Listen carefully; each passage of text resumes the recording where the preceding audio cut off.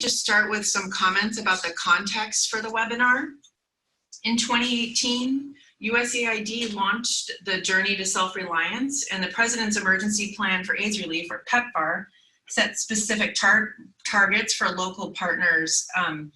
Both of these initiatives aim to strengthen the capacity of individuals, institutions, and government ministries to solve their own development challenges. Supporting local partners to achieve their own development goals and to be actual partners in developing strategies to get there requires approaches that provide valid and reliable measures of current capacity so that any gaps or areas for improvement can be addressed and monitored over time. This information is also critical so that USAID can assess whether local partners are ready to become direct recipients of USAID funds. Moreover, with good information about their current capacities, local partners can own and plan to achieve their own development objectives. The purpose of this webinar is to better understand and learn from the approaches and tools that have been applied to assess capacity and inform and monitor capacity strengthening interventions. This is important to us here at D4I because D4I supports USAID's efforts to increase and sustain relationships with new and underutilized local partners. We work to generate strong evidence for program and policy decision-making, to enhance the use of data for global health programs and policies, to support organizations to strengthen their own capacity. To achieve these objectives, we are accelerating our efforts to identify and work with strong local partners. We want to learn from other experiences and your experiences about what will be the most effective in this area. Moreover, we know that there will be other efforts working to support local partners. We hope this can be a platform for information sharing and learning so that we can work efficiently and target as many resources to local partners working in USAID priority countries as possible. I am pleased that we have three partners here, three colleagues who have agreed to join us today. Munia Masefer is a senior technical advisor at John Snow JSI and will describe JSI's experiences with organizational capacity assessments, including USAID's Organizational Capacity Assessment, or OCA tool, in adapting different tools for different contexts.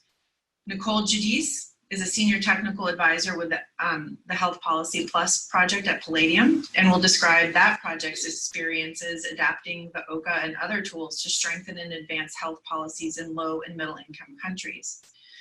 And Stephanie Watson Grant, who is the Director of Field Operations at Measure Evaluation and the University of North Carolina, will share her project's experiences developing a framework for assessing, planning, and monitoring efforts to strengthen capacity for evaluation skills. And I will further introduce each presenter prior to each presentation. We have posted a couple of questions in the chat box. And so please feel free to respond to those. And some of you have taken this chance to do so. We really appreciate it. The questions in the chat box, you might have to scroll up at this point, but they are: what are capacity assessment tools that you have used in your work? What did you like about them and what was challenging? And similarly, please use the chat box for any comments or questions that you may have throughout the webinar, and we will get to them at the end. Nicole is not only flexible and amazing, thank you very much. She's an experienced technical expert and trainer in global health. She's an M&E and policy technical lead on the Global Health Policy Plus project, strengthening the capacity of governmental and non-governmental organizations in advocacy, M&E, data use, strategic planning, and policy. She has led the project's capacity development activities in Central Asia and Kenya and worked with a team to develop the adapted OCA that she is presenting today. Go ahead, Nicole, thank you. Thanks, Heidi. Thanks, Heidi. So I'm going to talk a little bit about our adaptation of the OCA tool that you'll hear more about from Munia. In our case, we were using it for the Health Policy Project and also now the Health Policy Plus project. We understand that organizational capacity is essential to success in the journey to self-reliance. also, several technical areas are essential, and depending on the scope of the organization and the areas where they want to be involved and engaged, we need to help strengthen capacity and develop a capacity strengthening plan for that organization. And we've used the OCA to do that, and adapted OCA. So our project is focused on strengthening the policy process, skills in health financing, governance, and focusing on policy implementation, helping government and non-governmental organizations to collaborate and work together to strengthen that policy process. Here are some of the areas that we have expanded the OCA to cover, knowing that these technical areas, these organizations need to have a strong understanding of these technical areas and need to have the capacity internally, or know how to access the capacity externally to be able to participate in the policy process. So we developed a variety of tools, definitions, indicators around these different areas. And this included engaging with civil society. It included generating and using evidence to inform decisions. It included engaging with the private sector and understanding how the private sector operates. Health financing areas such as domestic resource mobilization, different types of analyses and tools, accountability, and establishing citizen engagement systems. These are all areas that we expanded and adapted the OCA to be able to measure. The OCA process, I'll describe it a little bit here, and I'll give you a little bit more detail about how we applied it in Kenya. So it starts with some outreach and an understanding of expectations on both sides. So in our work in Kenya, for instance, and we've also applied this in other places such as Central Asia, Nigeria, it's very important that both parties, the project and USAID, as well as the organization you're supporting, have clear expectations. We then facilitated this self-assessment using the OCA process. We have a results debrief, and we help guide priority setting of the interventions that the group defines that they need to include in their capacity development plan. They then develop an action plan for strengthening capacity of the organization and individuals in the organization. And then there's an ongoing process of implementing and monitoring and reassessing. I want to focus a little bit on the self-assessment process. This is something that is really discussion-based, but it also includes some individual reflection. So we guided the group in Kenya, and this was the University of Nairobi School of Economics, Health Economics Unit. We guided them through a group discussion of each of the components that they chose to focus on. We helped them to further define and describe their own performance ideal. What do they want to, how do they want to function? What is it that they want to accomplish? And what does high capacity in a particular area mean to them?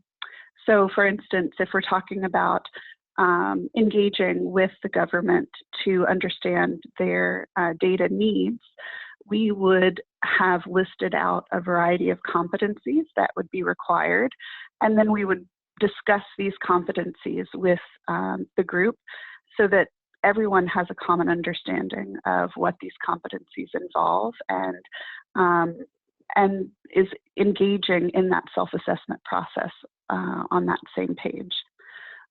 They then would discuss their vision for where they want to go, where they think the team stands now, the strengths of the team, what staff and resources they have in place, and where there may be gaps, as well as what systems and processes they may already have in place. And those systems could include relationships, for instance, with the government or with other private sector partners. They then would engage in some individual reflection and private scoring of the capacity in that particular area, but also the importance of that particular criteria to achieving the goals that the organization has for themselves.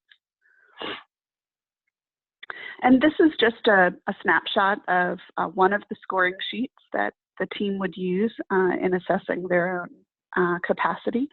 So these statements here are statements that were defined by the project when we were thinking about the different competencies required in this particular area.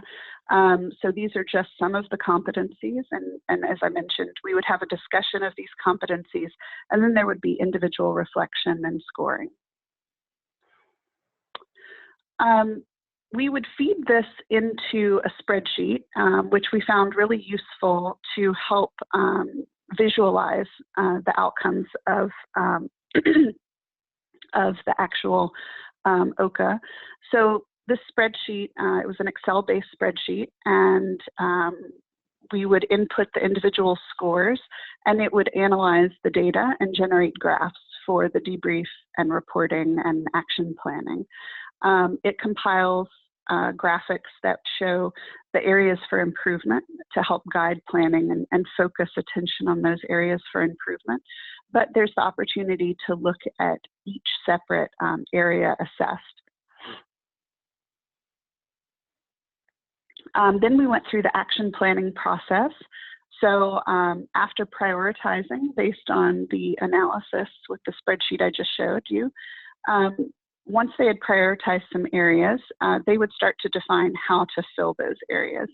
So this is just one of the types of planning tools we've used to help display their plan with the capacity need, the level of priority for the organization, what actually they needed to do to intervene, whether it's receiving training or testing certain skills, and then their plan for monitoring, and of course, who's involved in the timeline. So I want to tell you a little bit about our experience with the University of Nairobi School of Economics. As I mentioned, we went through the OCA process.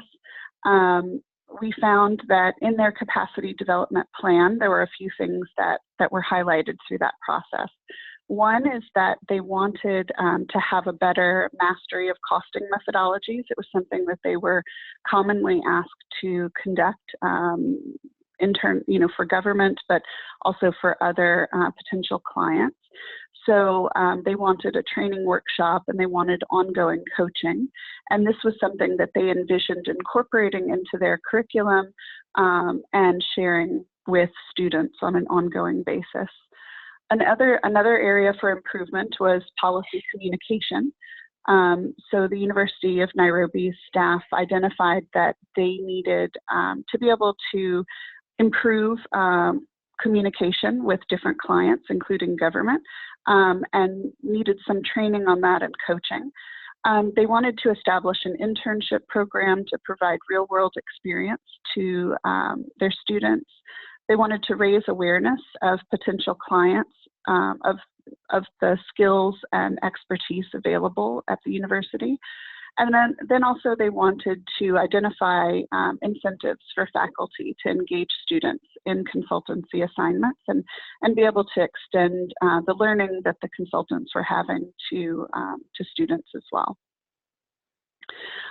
This is just a snapshot from one of the training events that we held on policy communication, and just one example of a great outcome that we're still seeing today. This was a few years ago, but we're still seeing now that they've incorporated policy communication into the curriculum within the health economics unit. They require now that students develop a policy brief to accompany their final thesis. And also they try to connect those students with someone in government or with a target group to receive that data that they've generated through their thesis and be able to discuss its potential use for those clients. Thank you. And Heidi, I'm not sure if we have Munia on now. Yes, we should be able to do that. Thank you, Nicole, very much for your presentation. We're going to move again to Munia. And yes, Munia, just click on the share screen icon. There you go. Thank you. Why don't you go? Yep. Yeah, and we can hear you too. Excellent. Thank you, Munia. Okay. Sorry for the little difficulty. Good morning. And so there are many tools out there for assessing organizational capacity, but today I will talk specifically about the organizational capacity assessment, or the OCA tool. And I know many of you are familiar with this tool, but I will start with just a brief overview of the OCA, its history, content, and process. Then I will talk about JSI's experience implementing the OCA for the past 10 years and what we've learned from that. And then finally, I will share how JSI has used the OCA to monitor progress. So under the New Partners Initiatives program, JSI's role was to build the technical and organizational capacity of NGOs who were receiving direct funding from USAID, CDC, and HRSA. And so one of the first steps was to develop the OCA tool in collaboration with our partner initiatives. And in 2008, we developed 2 versions of the tool to account for the differences in donor requirements. Then between 2009 and 2012, we conducted the OCA with 27 or more organizations, and with many of them, we did it 3 times. And so during that time, we made multiple revisions to the tool to standardize capacity assessments and to include guiding questions for facilitators and to mainstream visibility issues. Then in 2013, the OCA tool became the USAID recommended tool with some slight variations. Our original intention was to design a tool that allowed us to identify and plan our capacity building interventions, and it was focused on a set of organizational issues. And so this had a big impact on the format and the process we used for the OCA. The purpose of the OCA is to assess the strength of management systems against best practices in 7 domains, and 2, to identify gaps and areas for improvement. And so those domains include governance, administration, HR, finance, organizational management, program management, and project performance management. Because our objective was to promote internal changes as opposed to assessing risk, we chose a facilitated self-assessment approach where the organization has to score itself along a capacity continuum of 1 to 4. Since the OCA is conducted with a group rather than separately with each individual, participants in the OCA have to get to a consensus on the score for the organization. In terms of the output, there are 2 of them. One is a capacity building plan developed jointly with the organization, and that plan identifies specific actions that the organization will implement, and it will also highlight areas where they will need TA. And the assumption here is that not everything will require support from the external TA providers. The other output is an assessment report that highlights the findings from the OCA, and then as well as our recommendations for improvement. So this is what the OCA tool looks like. The boxes represents the capacity continuum, with the 4 being the gold standard, and the score of 1 representing basic systems or the lack of any formal systems. So participants have to read through those 4 boxes and then discuss among themselves where they fit, where the organization fits. And the role of the facilitator is to guide the discussion towards one of those scores using the guiding questions to highlight key points. One thing to note here is that the do not see the guiding questions. Their version of the OCA tool only has the 4 boxes, and this prevents them from focusing too much on the questions rather than what each of the capacity statement is. Administering the OCA is an intensive process. It requires a lot of resources.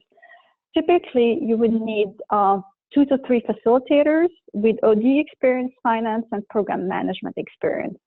And I've conducted OCAs with 2 or 3 people, and it can work either way, depending on the expertise and the size of the organization. But in my experience, you need at least 2 people, 1 person to facilitate the session and the other person to take notes.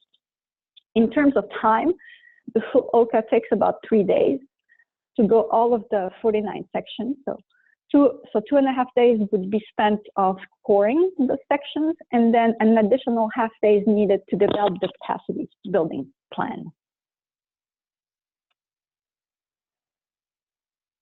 So as I said before, there are many capacity assessment tools out there, but I think the OCA continues to be relevant, especially with USAID's focus on self-reliance and the PEPFAR goal of providing 70% of the funding to local partners by fiscal year 2020. One of the benefits of the OCA is that it incorporates all of the US government requirements that are critical for passing the non-US organization pre-award survey, or NUPAS. The NUPAS is the tool that USAID uses to assess risk of local grantees before giving them a grant. And so if you're preparing NGOs for transition awards, this tool is the right one. I've also heard people talk about the USAID OCA with NUPAS items and the OCA, thinking that those two are different. In fact, USAID has 2 versions of the tool, one with the elements that are considered in the NUPAS, and one without that.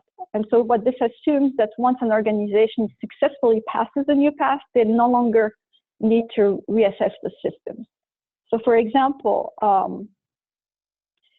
if while an organization may have an accounting system strong enough to do well in the NUPAS, it may need some adjustments over time, especially with the current focus on self-reliance.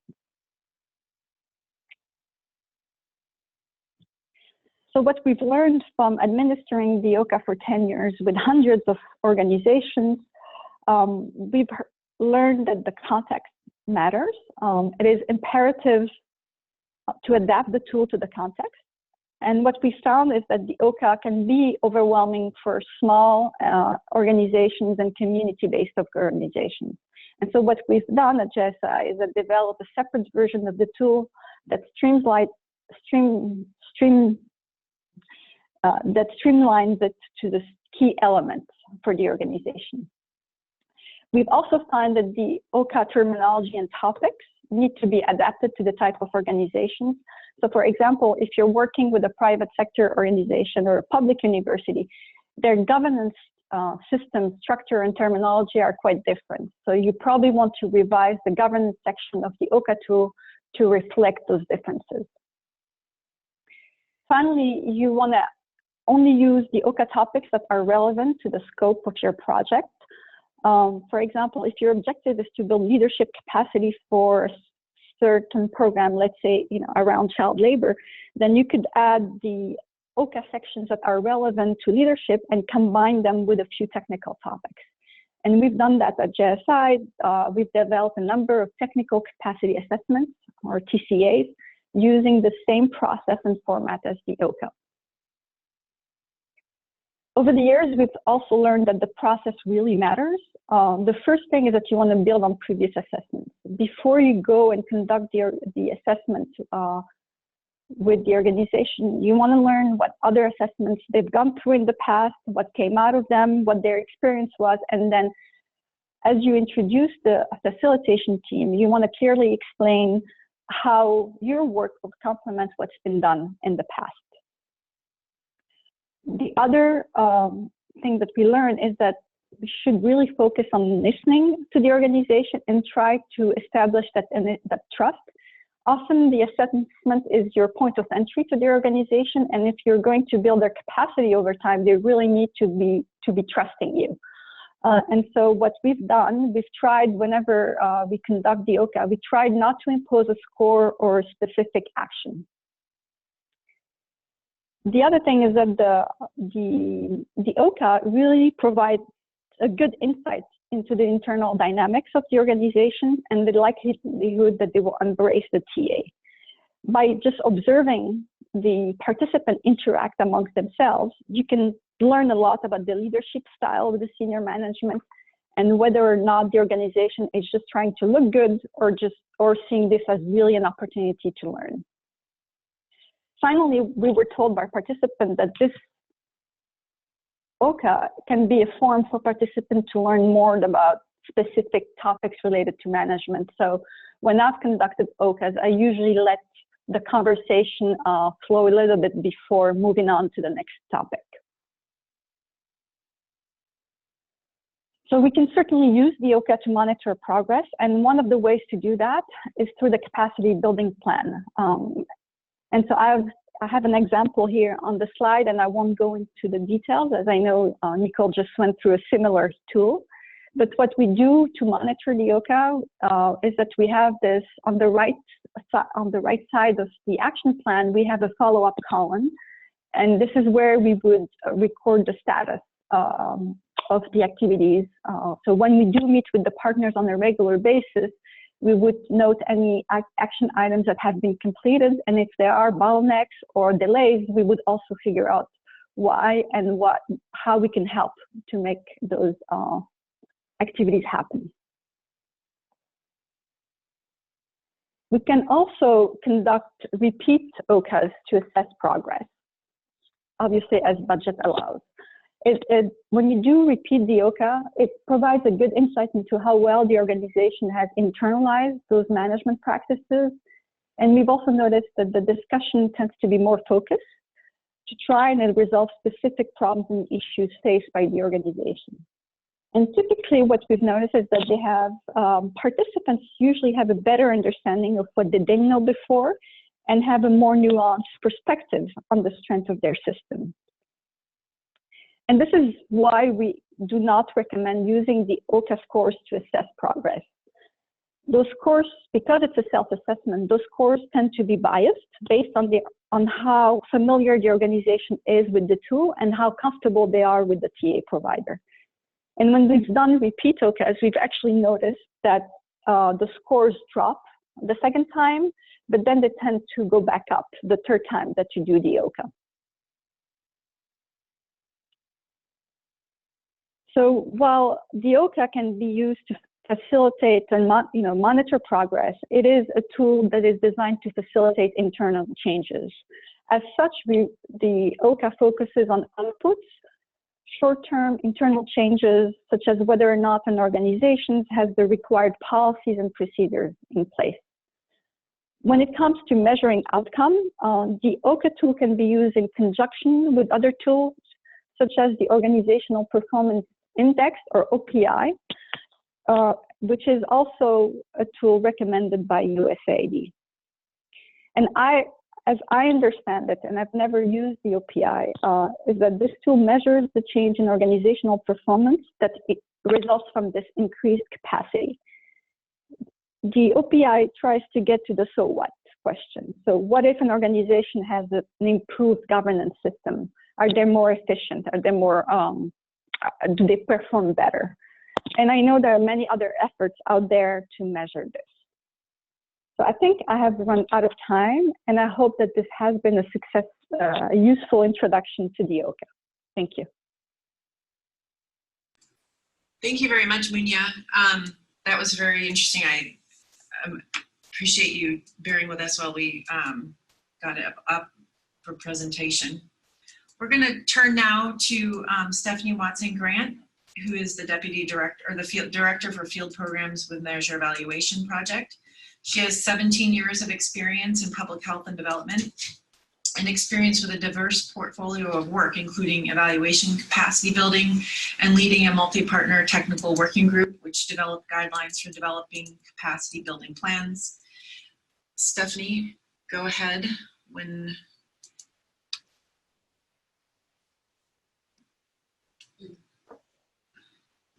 All right. Go ahead, Stephanie. All right. Thank you. Thank you, Heidi, and good day to everyone. So a few years ago, Measure Evaluation developed this guidance for creating capacity building plans, as Heidi mentioned. So given Measure Evaluation's mandate to improve the capacity of local research partners to independently implement an evaluation, we decided to understand what capacity building or capacity planning would look like in a practical applied perspective. So in order to develop a plan, we would first need to know what we're planning for. We would need to understand what the existing evaluation capacity is and what areas of strengthening would need to be included in the capacity plan. So we looked to the literature to see what evaluation capacity assessments were available. What we found was that there was increased interest in evaluation capacity building. There was importance given to tailoring assessment approaches to organizations' characteristics, resources, objectives, and there was also importance given to continuously assessing need. What we didn't find were examples of evaluation capacity assessments in the context of local organizations serving as external evaluators. And there were few documented examples in low and middle income countries of evaluation capacity improvement through assessment and tailored capacity improvement plans. We also found examples of evaluation capacity assessments, but none that really had all the elements the practitioners on the project thought were critical for a comprehensive assessment of evaluation capacity. Therefore, we developed a hybrid of 3 different instruments: the Evaluation Capacity Assessment Instrument, developed by Taylor, Ritzler, and colleagues, the Evaluation Capacity Index by Nielsen, Lemaire, and Scove, and the 6 Dimensions of Evaluation Capacity Framework by Bourgeois and Cousins. So this hybrid we refer to as the Evaluation Capacity Strengthening Framework includes 4 domains. So this is human resources, organizational resources, technology, data collection, analysis, and use, and 12 components: staffing, evaluation, etc. So let's talk about these in a little bit more detail. So human resources relate to staffing, evaluation design, and leadership. Staffing focuses on the optimal staff contingent relating to both numbers and skills in their designated roles. Evaluation design pertains to substantive contribution of the team during the design stage of the evaluation and the standard operating procedures for the evaluation. So an example of leadership would be an individual or individuals with strong evaluation and management background who lead the designated team. For organizational resources, this relates to operations and management, communication, work plan development. With operations and management, this includes proper survey, budgeting, documentation, sharing of procurement processes. Communication pertains to the products and mechanisms that deliver clear and transparent messages and the trust that the team enjoys with the entity that they're affiliated with. Work plan development describes and provides an implementation timeline for all activities as outlined in terms of reference with annotation for staff responsibilities. Technology is where we're looking at the electronic data capture and storage and the analysis tools and skills. So for example, the development of electronic questionnaires. The component of analysis tools and skills includes both qualitative and quantitative data analysis software as appropriate. Data collection, analysis, and use includes fieldwork planning, data collection, analysis, reporting, report writing, data dissemination. So this dissemination relates to the development of products such as briefs, multimedia products, with clearly crafted messages for different audiences and the presentation of these products to appropriate audiences. So the assessment tool is an interview guide with a scoring, a rate score that chaperones a conversation about evaluation capacity for each of the components.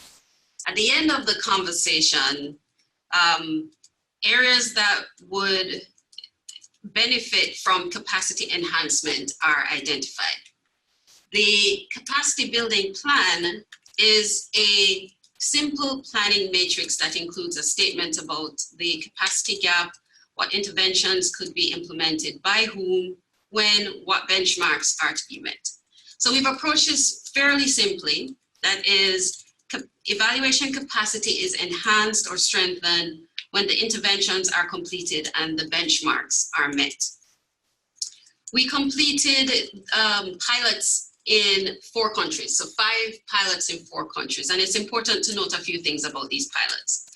The approach to evaluation capacity strengthening was learning by doing. These assessments were done in the context of ongoing evaluations commissioned by USAID. The assessments were done with teams assigned by research entities with which we worked. All entities were non-governmental organizations with previous experience in evaluations. So therefore, these evaluation capacity strengthening pilots, the entities we worked with had existing capacity, worked with us on these assigned evaluations, and the evaluation capacity strengthening assessments and interventions we undertook was done as the evaluation was being conducted, with the expectation that we would leave them a little bit more capable than we found them. So I wanted to share a few thoughts on the application, the pilot application experience. When introducing the assessment, it was important to recognize that the partners were already established research entities, or we wouldn't really have partnered with them for the work that we were assigned to. Therefore, initiating the evaluation capacity strengthening process had to be done with respect to the local research organization's existing capacity while creating a space for having a conversation, for considering areas of improvement. The evaluation capacity strengthening assessment was designed to elicit a conversation with the research organization about their perceptions and experiences with different dimensions of evaluation capacity strengthening. We found inherent subjectivity in how individuals and organizations assess their own capacity. Subjectivity is inevitable in any self-assessment, especially when concepts such as leadership, communication are involved. So while this makes the results difficult to compare across experiences or even limits their ability to serve as baseline inline measurements, self-assessments can also allow partners to define what's important to them, what success means. And this can be empowering while contributing to trust and mutual respect. The timing of the assessments were also a key learning point. Some assessments were conducted at the beginning, baseline, others before endline.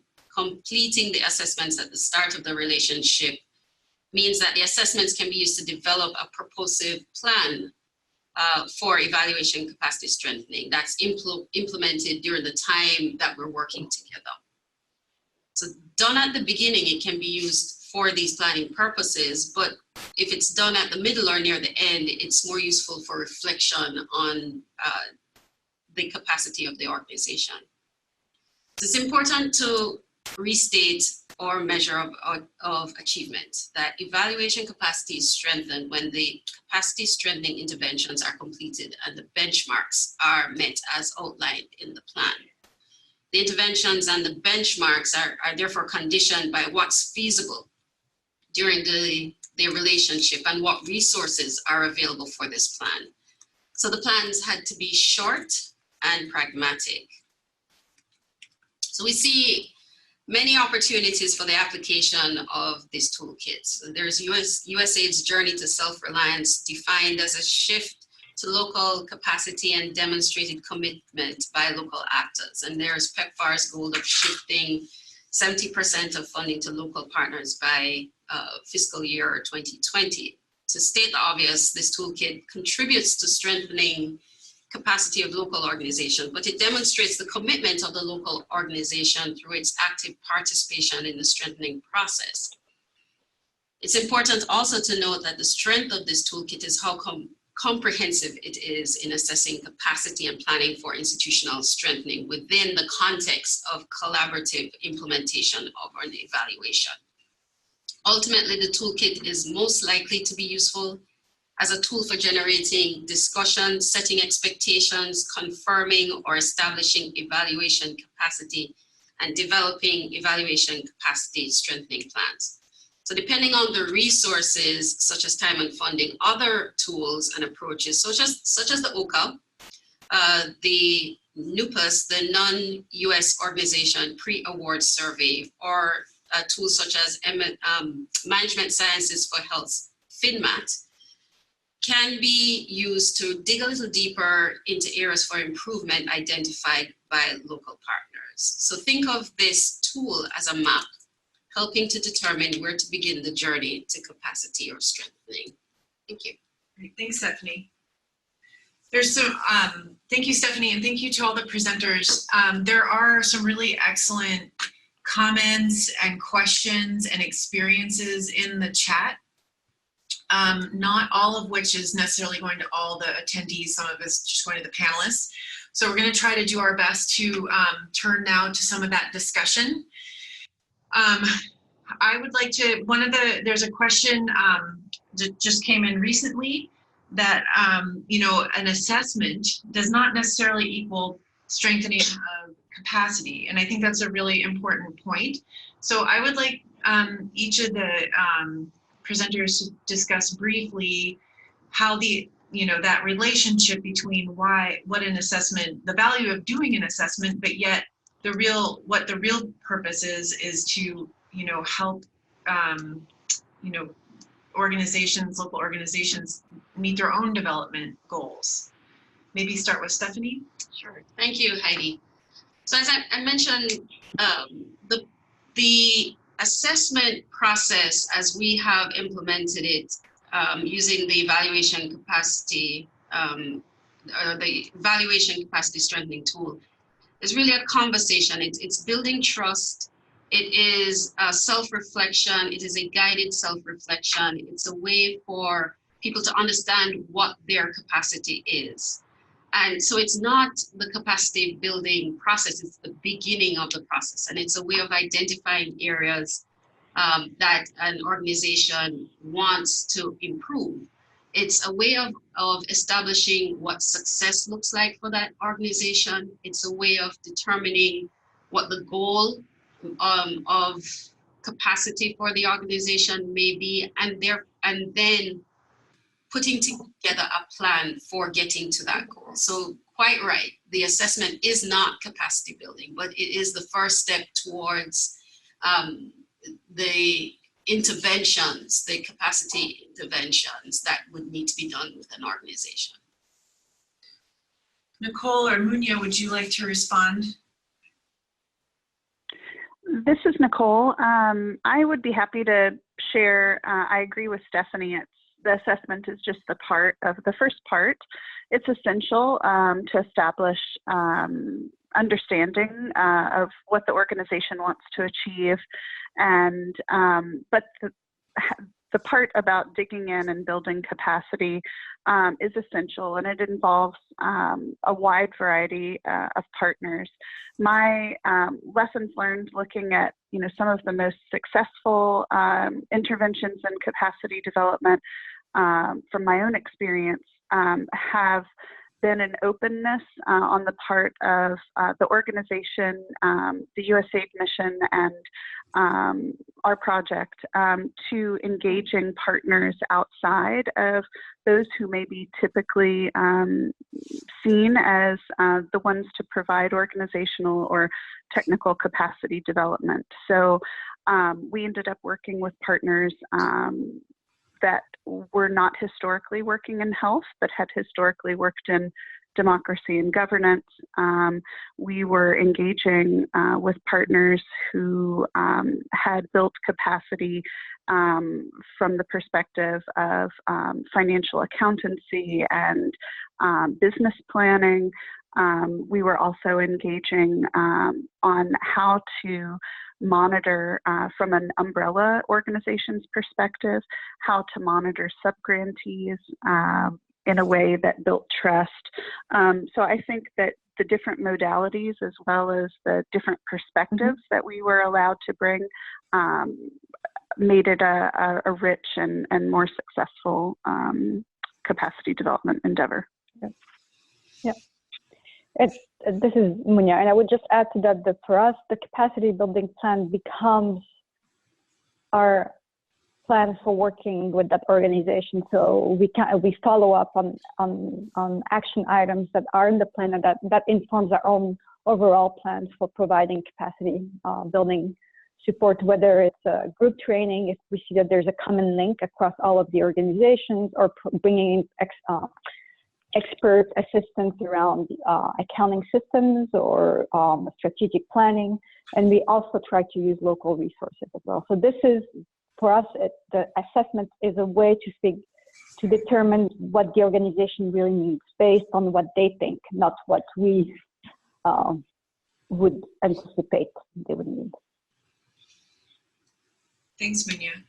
I want to highlight a couple of comments that have come in from participants.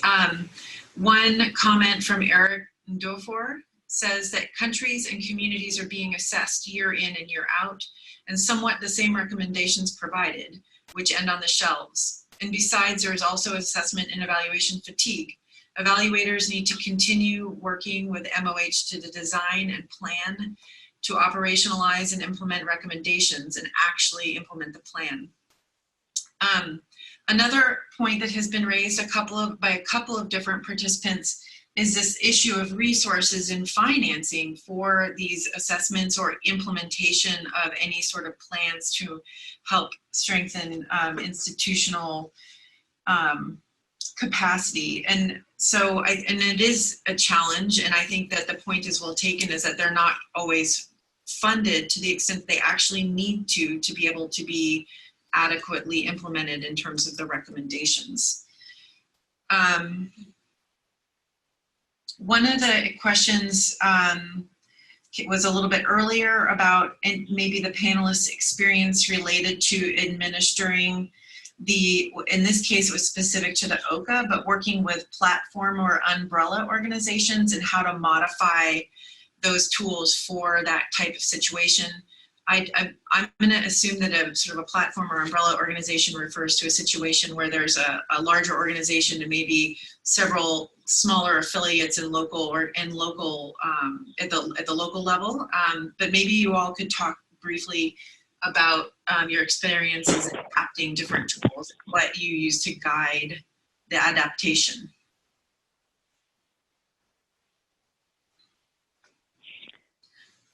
Nicole or Munya, would you like to go first?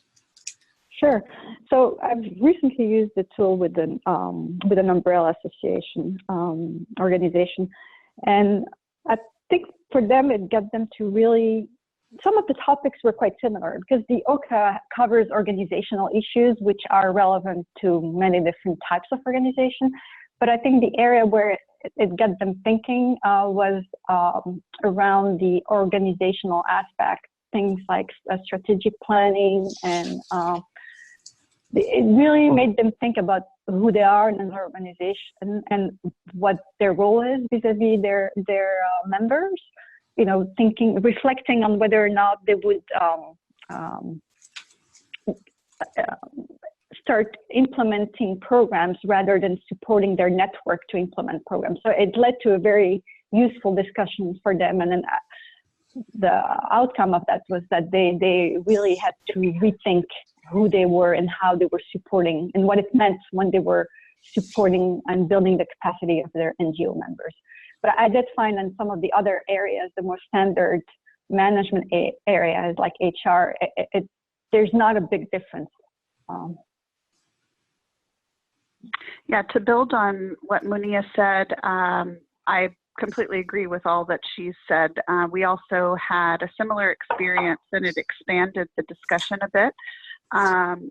In one adaptation that we had in that experience with an umbrella organization was to make sure that we had both the umbrella organization secretariat and board represented, but we also had some member organization leadership engaged to be able to provide that perspective of what it's like to engage as a member, what the members want to see out of the umbrella, and to have a better understanding, as Munya described, of the functions and roles of the umbrella and the functions and the roles of member organizations. Thanks, you too. We're coming close to the top of the hour. We're going to do respond to a couple more, acknowledge a few more comments and questions. I do want to specifically say that these slides will be available and the recording of the webinar will be available. It'll be sent out to people who registered, and so you all will get a link to that.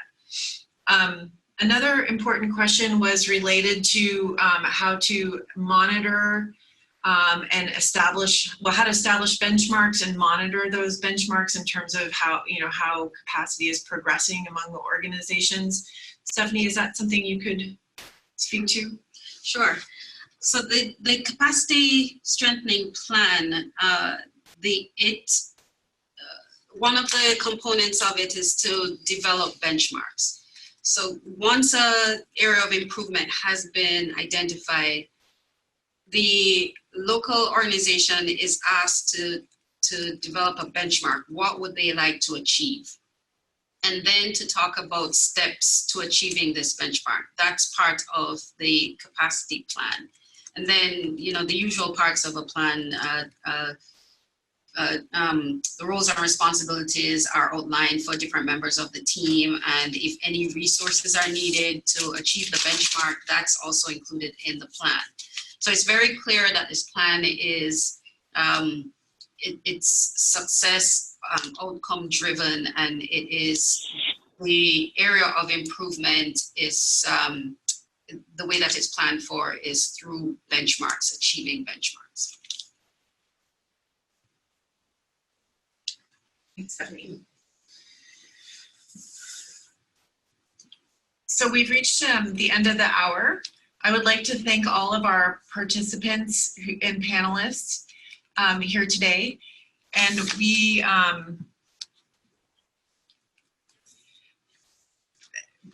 found this session really interesting. Particularly, we wanted to demonstrate how that there were sort of tools and resources out there that could help start this